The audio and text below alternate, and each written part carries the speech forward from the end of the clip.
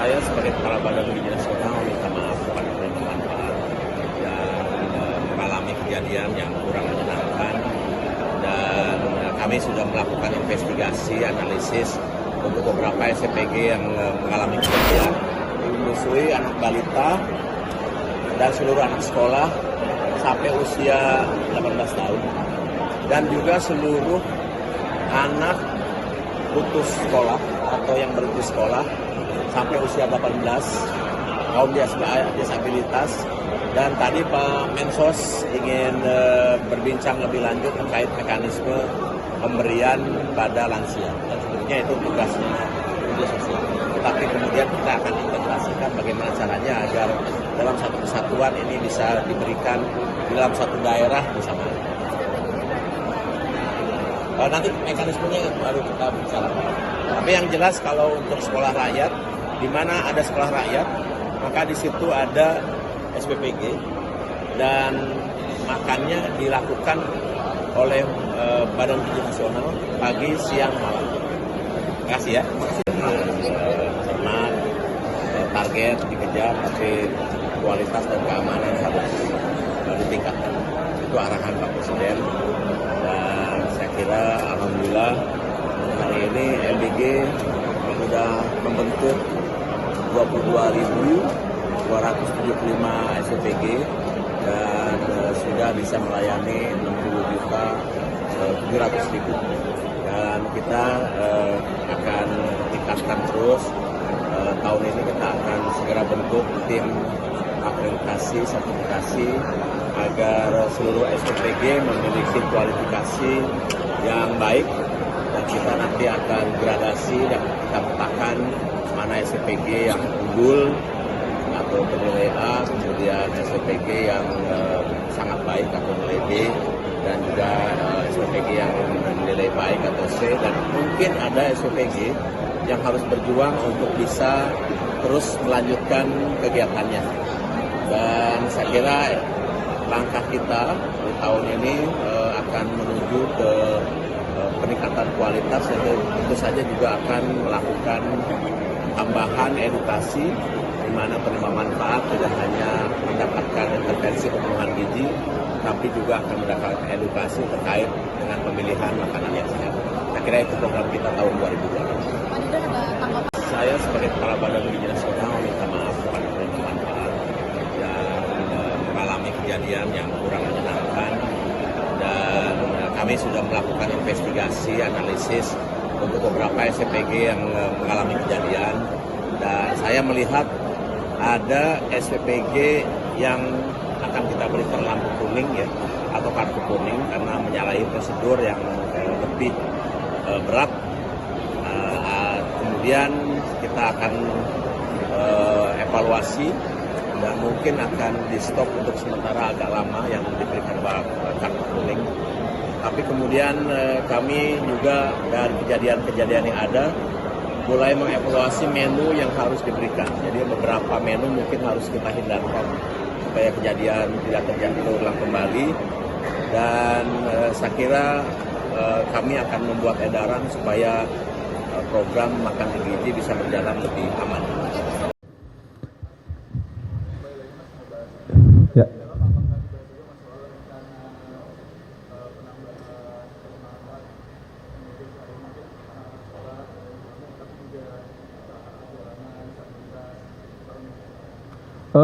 Terus terang kalau tadi berkenaan dengan masalah itu belum, tapi terima kasih kalau ada catatan dan masukan. Nah, ini contoh yang baik kalau di dalam memberikan masukan kepada pemerintah. Menurut saya ini adalah salah satu contohnya. Kami terus membuka diri, dan kalau memang ada sesuatu yang kami pemerintah masih luput atau alpa untuk tidak memikirkannya, silahkan untuk disampaikan kepada kami dan kami akan terbuka. Terima kasih, Mas. Yang kami sampaikan bahwa retret pemerintah ini dimaknai adalah sebuah pembekalan dari Bapak Presiden kepada seluruh jajaran kabinet yang dimulai dengan evaluasi seluruh program-program pemerintah untuk kemudian selanjutnya di awal tahun ya, beliau tadi mengucapkan terima kasih dan ingin membulatkan tekad kembali Kabinet Merah Putih bahwa kita betul-betul ingin bekerja untuk kepentingan bangsa dan negara, untuk kepentingan masyarakat. Jadi kendala-kendala yang mungkin timbul di dalam pelaksanaan program-program prioritas di dalam retret tadi disampaikan langsung oleh menteri-menteri terkait kepada Bapak Presiden dan langsung kemudian didiskusikan penyelesaiannya. Namun demikian, karena tadi menjelang maghrib, sementara baru kurang lebih 4 menteri yang menyampaikan paparan, maka kemudian Bapak Presiden memutuskan untuk break, istirahat, sholat dan maghrib dan makan yang nanti akan dilanjutkan lagi pada pukul 18.45. Saya kira sementara itu update yang dapat kami sampaikan. Barangkali ada pertanyaan dari teman-teman.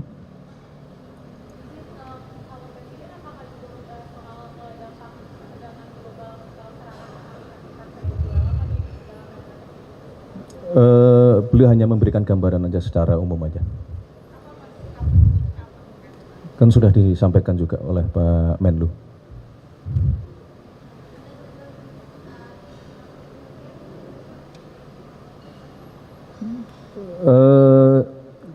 Teguran dalam artian melecut semangat, ya, karena Bapak Presiden memang benar-benar menghendaki kita semua bekerja dengan jauh lebih cepat lagi, terutama di beberapa bidang yang bersifat penciptaan lapangan pekerjaan dan padat karya.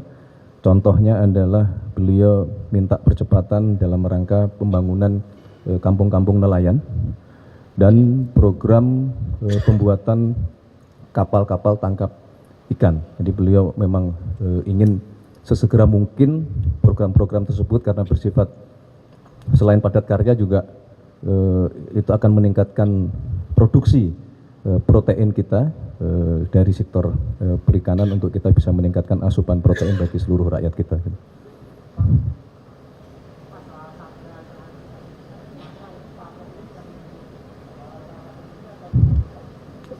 Rencana nanti mungkin di sesi yang malam itu akan beliau sampaikan.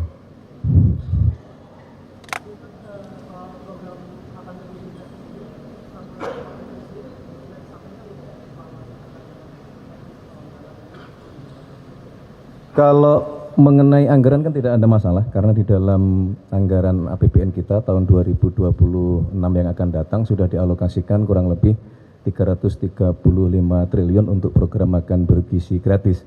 Kalau berkenaan dengan masalah kendala-kendala teknis, setidaknya ada 2. Yang pertama, beliau menghendaki untuk disiplin prosedur itu ditingkatkan karena menurut catatan dari Kepala BGN di bulan Desember masih ada kurang lebih 15 kejadian yang Bapak Presiden meminta semaksimal mungkin ini tidak boleh lagi terjadi kejadian-kejadian yang tidak diinginkan. Jadi kira-kira secara teknis dan anggaran tidak ada masalah.